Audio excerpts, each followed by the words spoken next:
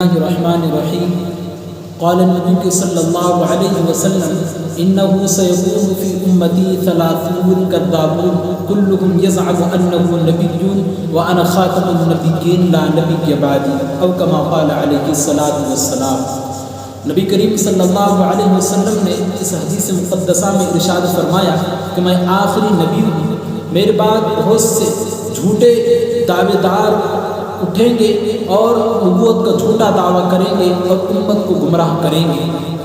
تو ختم نبوت ہم سب کا یقین اور مضبوط عقیدہ ہے کہ نبی کریم صلی اللہ علیہ وسلم آخری نبی ہیں۔ تو ایسے جتنے جھوٹے دعوے دار اٹھے اللہ رب العزت نے ان سب کو نشان عبرت بنا دیا۔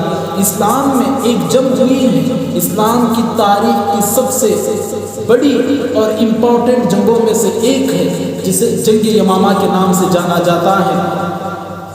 جنگ یمامہ ایون قرآن دنیا میں سب سے زیادہ ریڈنگ کی جانے والی بکس آج ایک کمپلیٹ بکس کی شکل میں موجود ہے، اس کا کریڈٹ بھی جنگ یمامہ کو جاتا ہے۔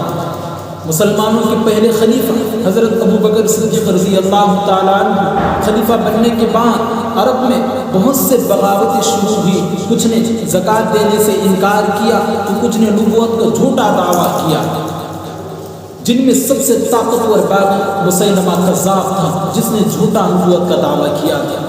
تو حضرت ابو بکر صدیق رضی اللہ تعالیٰ عنہ نے اسلامی فوج کو 11 حصوں میں ڈیوائیڈ کیا اور سب کی طرف فوج کو روانہ کیا۔ تمام فوج نے سارے باغیوں سے نمٹنے کے بعد آخر میں جنگ یمامہ کی طرف روانہ ہوئی، یعنی خالد بن ولید رضی اللہ تعالیٰ عنہ کے قیادت میں 13,000 کا لشکر مسیلمہ کذاب کو خاتمے کے لیے نکلا۔ آخری شخص کون تھا؟ مسیلمہ کذاب۔ مسیلمہ کذاب نجد یعنی عرب کے ایسٹرن سعودی عربیہ سے اس کا تعلق تھا۔ رومن ایمپائر کے شہر دماسکو سے تعلیم ایجوکیشن حاصل کر کے وہ عرب میں آیا۔ وہ عرب کا سب سے بڑا قبیلہ قبیلہ بنو حنیفہ، آج بھی عبدالعزیز سے لے کر سلمان تک یہ سارے بادشاہ اسی قبیلے سے تعلق رکھتے ہیں، قبیلے بنو حنیف سے۔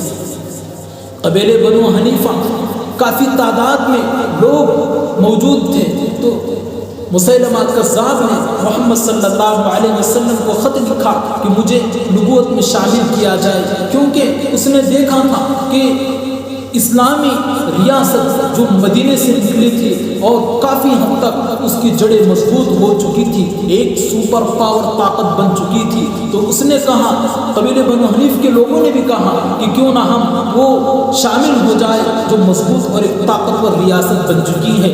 مسیلمہ کذاب نے خط میں کہا کہ مجھے میں آپ کی نبوت میں شامل کر دو۔ محمد صلی اللہ علیہ وسلم نے ٹہنی اٹھا کر کہا کہ یہ ٹہنی بھی میں تجھے نہیں دوں گا۔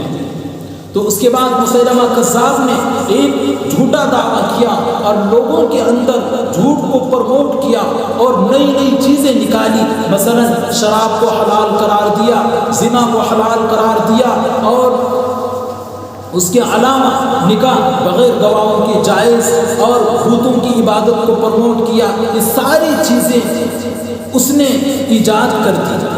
تو حضرت خالد بن ولید رضی اللہ تعالیٰ عنہ کی قیادت میں جو 13,000 صحابہ کا لشکر نکلا ہے کراش کرتے ہوئے، اور حضرت وحشی رضی اللہ تعالیٰ عنہ نے مسیلمہ کذاب کو عبرت کا نشان بنا دیا۔ یہ وہ جنگ ہے جس میں 1200 صحابہ شہید ہوئے ہیں، جن میں 700 صحابہ حفاظ کرام تھے۔ تو صحابہ نے بتایا کہ یہ جنگ جو تھی جس کا تعلق نبی کریم صلی اللہ علیہ وسلم کی ذات سے تھا، ختم نبوت سے تھا، اور فیوچر میں ایک بہت اہم چیز سے اس کا تعلق تھا، ختم نبوت سے اس جنگ کا تعلق تھا۔